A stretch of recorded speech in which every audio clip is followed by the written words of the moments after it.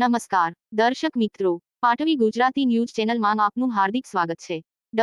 ડભોઈના રંગ ઉપવન બાગમાં આવેલો નગરપાલિકા સંચાલિત પાણીનો સંપ છેલ્લા કેટલાક સમયથી બિસ્માર હોવાના કારણે ખુલ્લો હોય સંપમાં ધૂળ કચરો જીવજંતુઓ સહિતની ચીજ વસ્તુઓ ભળીને પાણી દૂષિત થવાની ભીતિ સેવાઈ રહી હોય નગરજનોને રોગચાળો ફાટી નીકળવાની ચિંતા સતાવી રહી છે.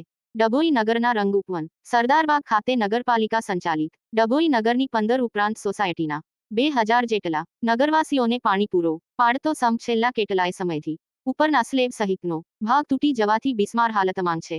જેના પરિણામે આ ખુલ્લા સંપમાં કચરો ધૂળ સહિત જીવજંતુનો ઉપદ્રવ જોવા મળી રહ્યો છે.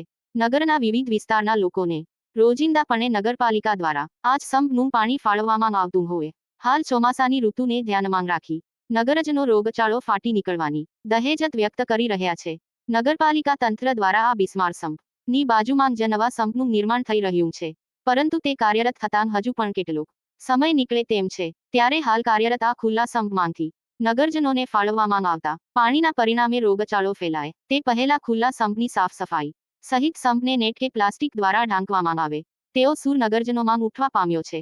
રિપોર્ટર બિલાલ બુરાવાલા.